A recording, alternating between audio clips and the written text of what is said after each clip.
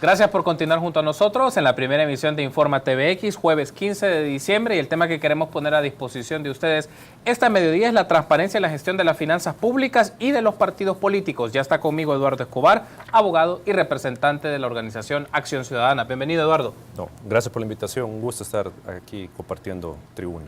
Gracias por estar con nosotros en esta oportunidad, Eduardo, y me gustaría que iniciemos la entrevista directamente con este punto. Una de las actividades más recientes que realizó el día de ayer la organización Acción Ciudadana fue presentarse ante la Corte de Cuentas de la República para demandar transparencia en el financiamiento de ciertas organizaciones. Y comentanos un poco sobre este caso, Eduardo, porque entiendo que han venido indagando y solicitando información en el cual ya tienen algunos hallazgos o por lo menos algunas sospechas en las cuales diversas organizaciones, fundaciones y otras instancias han estado recibiendo financiamiento de fondos públicos. Sí, Acción Ciudadana se ha dado en este caso y en este punto en particular a la labor de indagar un poco sobre ciertas asignaciones presupuestarias que tienen diferentes entidades privadas, llámense ONGs, asociaciones, fundaciones, iglesias, centros de educación superior, etcétera, etcétera. O sea, Sí. hay varios.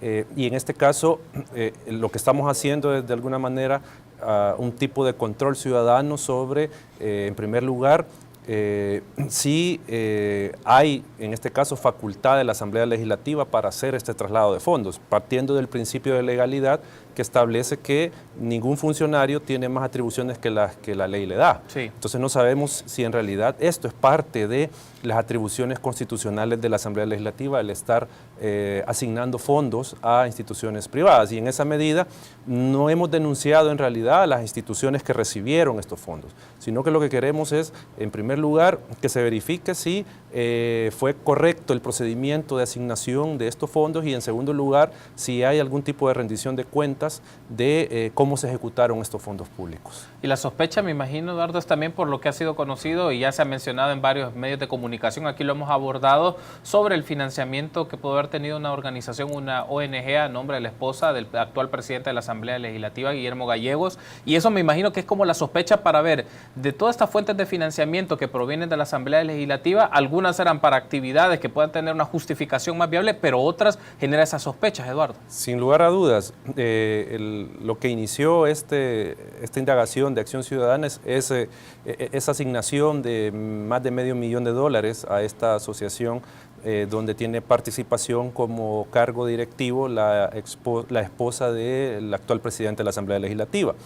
Pero también hemos encontrado otro tipo de situaciones que tienen que ver con que las asociaciones o fundaciones que aparecen señaladas ahí, al menos dos, hemos tenido conocimiento que no han recibido ningún tipo de fondos. O sea, todavía esto nos lleva a otro aspecto de que hay asignaciones que al final no se realizan y que probablemente a partir de la aplicación de la ley financiera del Estado, de administración financiera del Estado, pueda estarse todavía desviando esos fondos a otro destino, no al que tenían señalado en el presupuesto general de la Nación. Entonces, ¿y eso a qué nos lleva?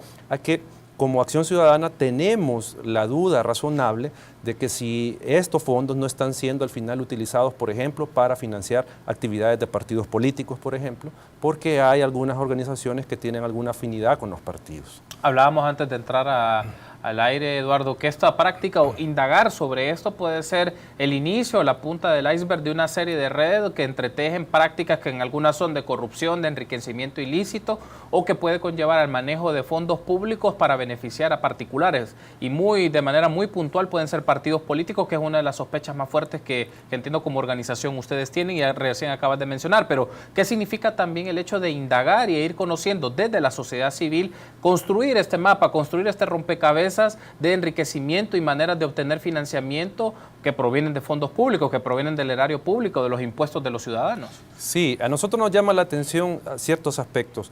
En 2014, 2015 y 2016, para esos presupuestos, se le recortó a la Corte Suprema de Justicia, sobre todo, y al Ministerio de Hacienda, la cantidad de cerca de $24 millones en los 2 años. Sí. Y en esa medida, al final, se fueron asignando de esos 24 más o menos 14 millones a diferentes instituciones privadas, ¿verdad? Las que hemos mencionado.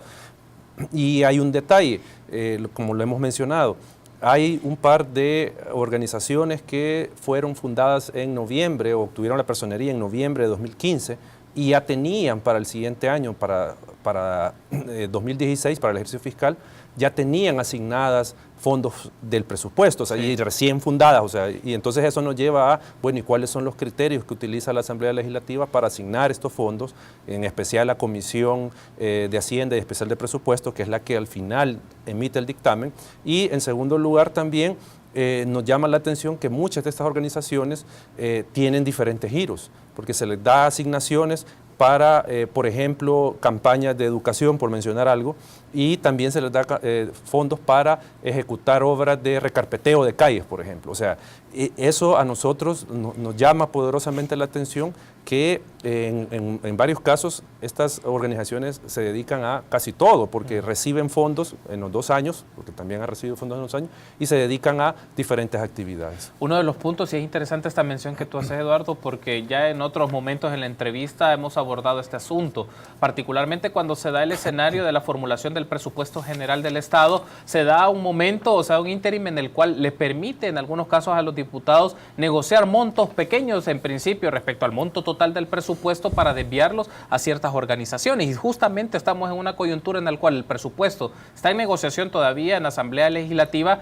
y nos mencionaba en este caso Jaime López, investigador, que justamente en este espacio es donde se aprovechan algunos diputados para buscar ciertos fondos que van dirigidos a organizaciones, a actividades que no tienen necesariamente que ver con vinculadas a las funciones o atribuciones de la Asamblea Legislativa, pero ellos modifican esos rubros presupuestarios para dirigirlos a zonas muy particulares. Y creo que es interesante porque tiene mucha razón de ser, mucha lógica con lo que estás mencionando ahora. Claro, es que se han desviado, y perdón que vaya a ser literal, pero en 2015 se desviaron fondos o se reasignaron fondos a educación, al Fondo de Inversión Social para el Desarrollo Local, al INDES, a la Presidencia de la República, al ramo de Hacienda, también a Salud, al Medio Ambiente y al ISNA. O sea, hubieron diferentes asignaciones, pero lo que igual llama la atención es que no fueron estas instituciones las que ejecutaron esas asignaciones, sino que se las han trasladado a estas entidades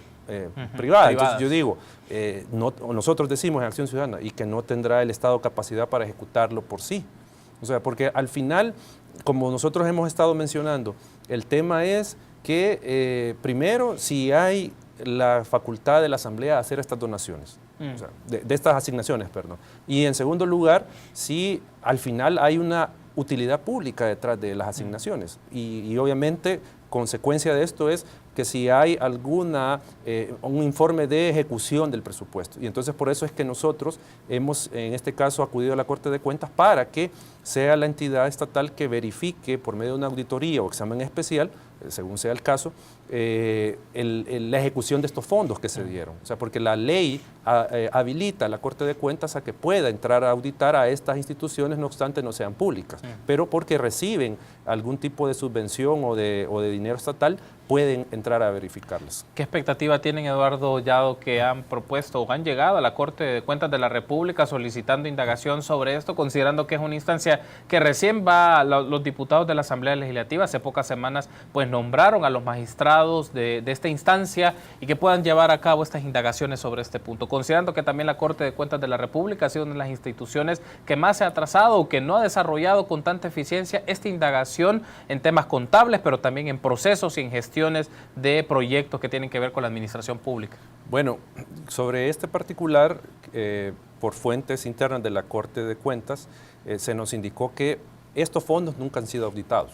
Nunca se ha auditado nada. Hasta donde sabemos, según lo que la fuente que tenemos, no se han auditado. No ha procedido la Corte a hacer una auditoría sobre estos fondos. Entonces, partiendo de eso, esperaríamos que en este caso, de reunir los requisitos, nuestra denuncia para que sea admitida, pues que la nueva administración de la Corte de Cuentas, los nuevos magistrados puedan, en este caso, dirigir por medio de la unidad o dirección de auditoría las respectivas indagaciones sobre el uso de estos fondos, porque como decimos, no hay una verificación de que se haya, en primer lugar, llegado el fondo asignado a la instancia particular que ahí se señala. Sí. Porque ya tenemos, como te decía, 2 casos donde se nos ha dicho que ellos no han recibido ninguna asignación por parte del Estado en cuanto al presupuesto general de la Nación. Entonces, ahí es donde nosotros, como digo, tenemos esa duda y esperaríamos que la Corte de Cuentas proceda a hacer las indagaciones y determinar responsabilidades si las hubieran. Y si lo vemos del otro lado, Eduardo, se han acudido a la Corte de Cuentas de la República, pero también se puede generar el acercamiento o por lo menos la solicitud a las instituciones que recibieron los fondos para que expliquen un poco en qué consistía el manejo de los fondos, en qué proyectos, si los recibieron o no los recibieron, porque tú recién mencionabas, tienen registrado 2 casos de 2 instancias que no recibieron los fondos que alegan habérseles ofrecido, o que en principio oficialmente se menciona que se les brindaron. Así es. Yo creo que por cuestión de transparencia de las instituciones y para obviamente aclarar la situación, sería pertinente que hicieran algún pronunciamiento público, ¿verdad?, sobre este caso, porque como lo hemos dicho, nosotros el listado de organizaciones que hemos señalado son tomadas a partir de los dictámenes que emitió la Asamblea Legislativa para aprobar el presupuesto. O sea, no nos hemos inventado ninguna asociación y en esa medida creo yo que sería pertinente para ellas aclarar este caso.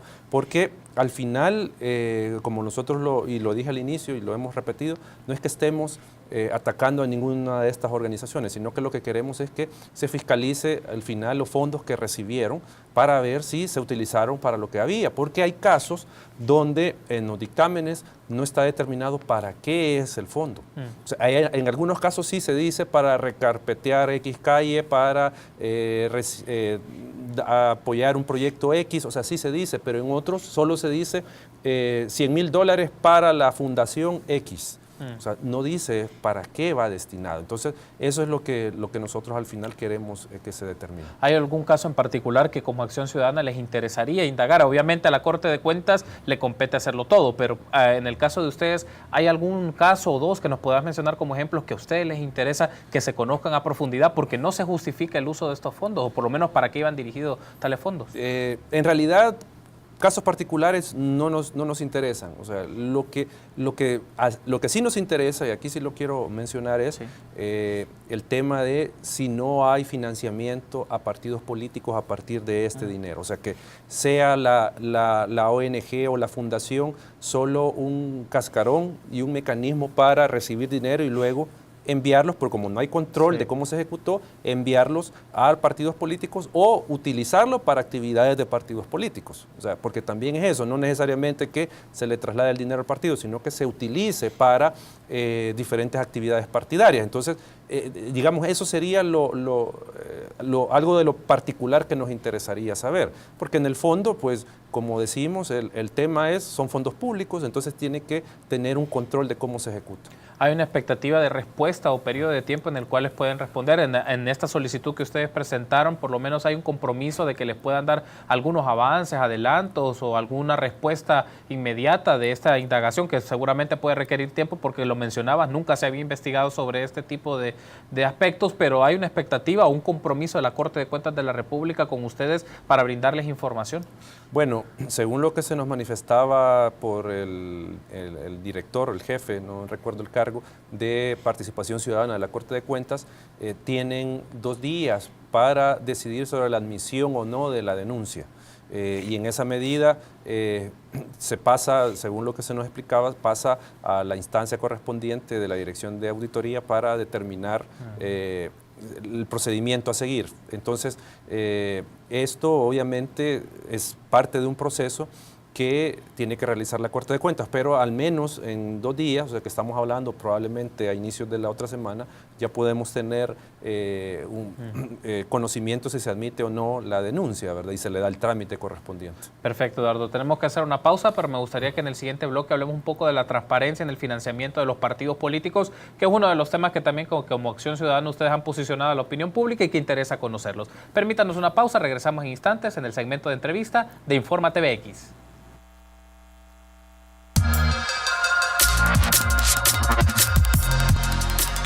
Gracias por continuar junto a nosotros en el segmento de entrevista de Informa TVX de esta oportunidad del jueves 15 de diciembre. El tema que estamos desarrollando junto a Eduardo Escobar, abogado y representante de la organización Acción Ciudadana, es la transparencia en la gestión de las finanzas públicas y de los partidos políticos. Y justamente eso es lo que vamos a abordar en este segundo bloque. Eduardo, el día de ayer estuvo con nosotros el magistrado del Tribunal Supremo Electoral, Miguel Ángel Cardoso, y nos hablaba que todavía en este momento el Tribunal Supremo Electoral, en cumplimiento a la sentencia de la Sala de lo Constitucional, está preparando informe sobre el tema de la solicitud del financiamiento de los partidos políticos. Algunos de ellos ya habían pagado una multa que se les había impuesto por el organismo colegiado, pero todavía queda ese sinsabor de que no se conoce quiénes son los patrocinadores. Hablemos primero, si te parece, de esta cancha del lado del Tribunal Supremo Electoral. Ya vamos a hablar de la cancha que se lleva a través del Ministerio de Hacienda y hasta la instancia del órgano judicial, pero primero en esta, no una reacción. Ayer fue algo muy breve, pero el magistrado Cardoso nos mencionó que todavía estaban elaborando un informe para presentar estos datos en cumplimiento a sentencia de la Sala de lo Constitucional.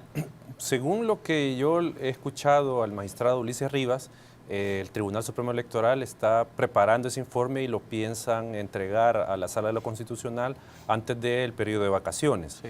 En esa medida entiendo yo que el partido que ha entregado mayor información al tribunal es el FMLN, y bueno, y de hecho hay videos y unas noticias por ahí de la entrega de esta información.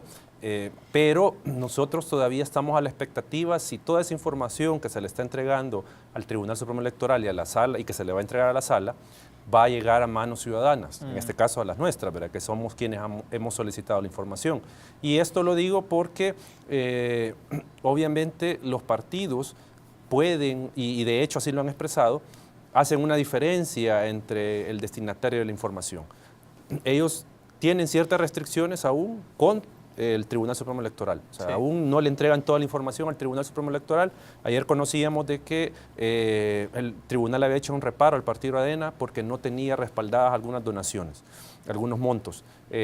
Y obviamente los partidos diferencian a los ciudadanos que solicitamos. O sea, y esa diferenciación implica de que se nos reduce la cantidad de información que se nos entrega.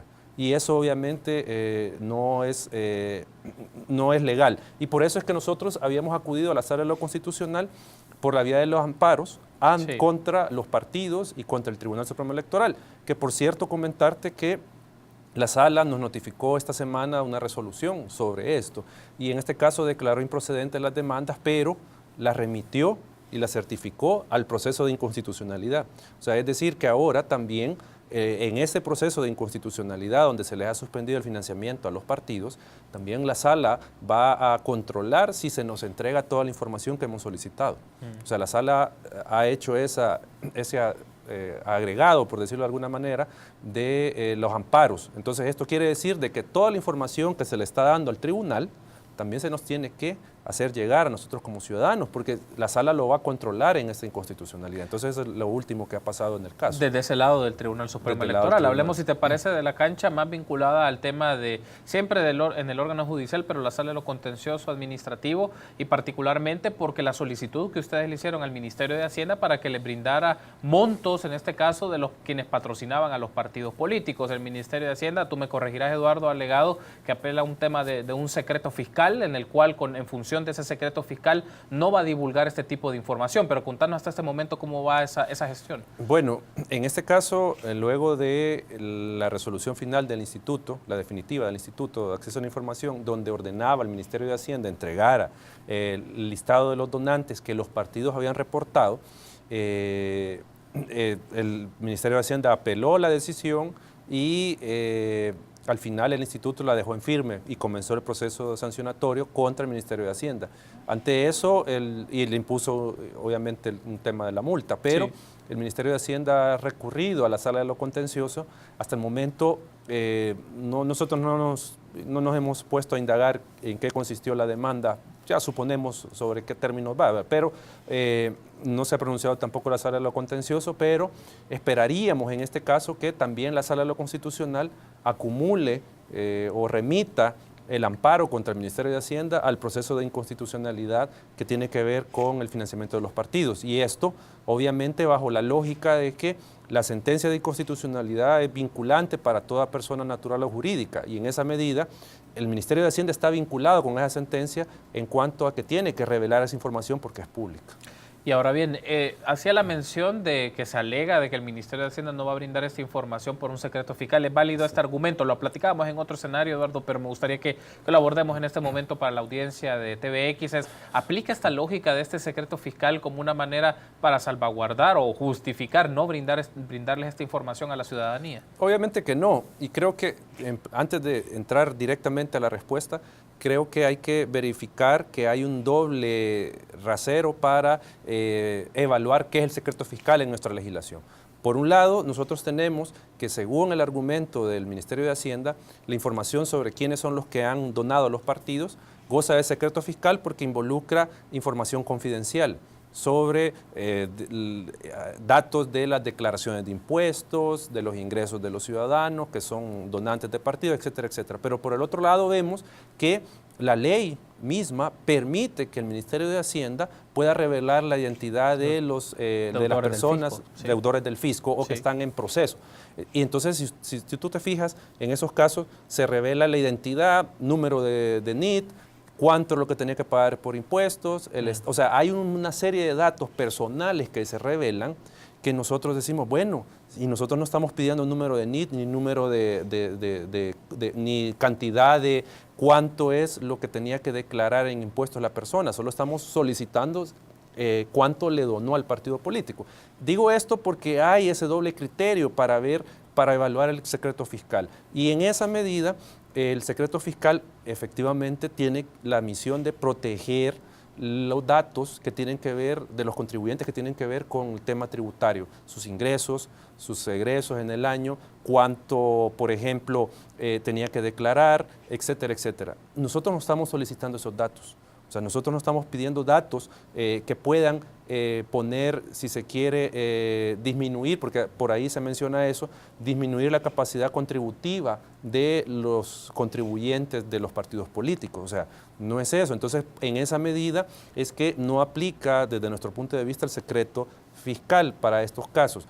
Y obviamente también no aplica porque hay una resolución de la Sala de lo Constitucional que vincula al Ministerio de Hacienda en el sentido de que la información sobre los donantes de los partidos es pública y no puede estar sometida a ninguna restricción en cuanto a darse a conocer a los ciudadanos. Hay otro aspecto que es relevante, Eduardo, hablar, y creo que esto nos va a llevar la parte final de la entrevista, es que entramos 2017, es un año preelectoral. Pero también esto se conecta, el tema de financiamiento, con las prácticas que van a empezar a desarrollar los partidos políticos, no solo el tema del proselitismo, es que tienen que empezar con sus procesos de elecciones internas para nombrar a las personas que van a constituirse aspirantes a cargos de elección popular. Hablamos en la Asamblea Legislativa, hablamos en los consejos municipales. Y aquí es interesante cómo se traslapa con el tema del financiamiento, Eduardo, porque claro, empieza ya a configurarse aquellas personas, si es que ya lo tendrán en algunos partidos, aquellas personas que aspiran a la reelección en puestos de elección popular particularmente, y eso empieza a mover financiamiento o gente que dispone de recursos para mover a sus bases. ¿Qué tan importante es esto en este periodo? La gente podría mencionar, y ayer lo decíamos con el magistrado Cardosa, uno puede pensar que está muy lejano las elecciones hasta el 2018, pero la práctica de los partidos políticos es que ya desde estos momentos empieza esa configuración, y es porque todavía hasta mayo del próximo año ya deben de tener configurados sus procesos de elecciones internas los partidos políticos, que es la primera cancha entonces donde se va a mover el financiamiento. Sin lugar a dudas,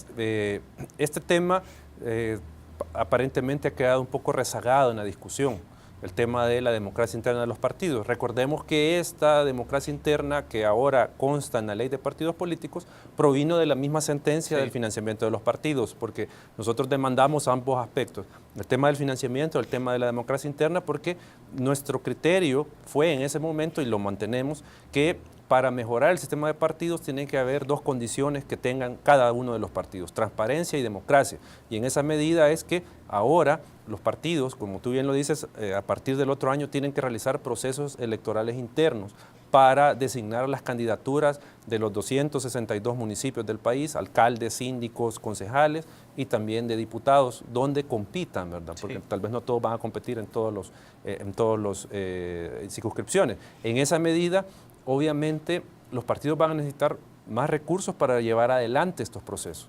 Y ahí es donde cae en cuenta lo que nosotros estamos haciendo con el tema de control del financiamiento y ahora el control de estas donaciones o asignaciones a personas jurídicas privadas de fondos del presupuesto general de la nación, porque obviamente no sabemos si estos fondos u otros fondos pueden estar financiando a los partidos políticos, en este caso para realizar sus actividades de proselitismo de elección interna. Entonces, en esa medida también es importante ponerle atención ya a este año, que ya es prácticamente año electoral el que tenemos enfrente.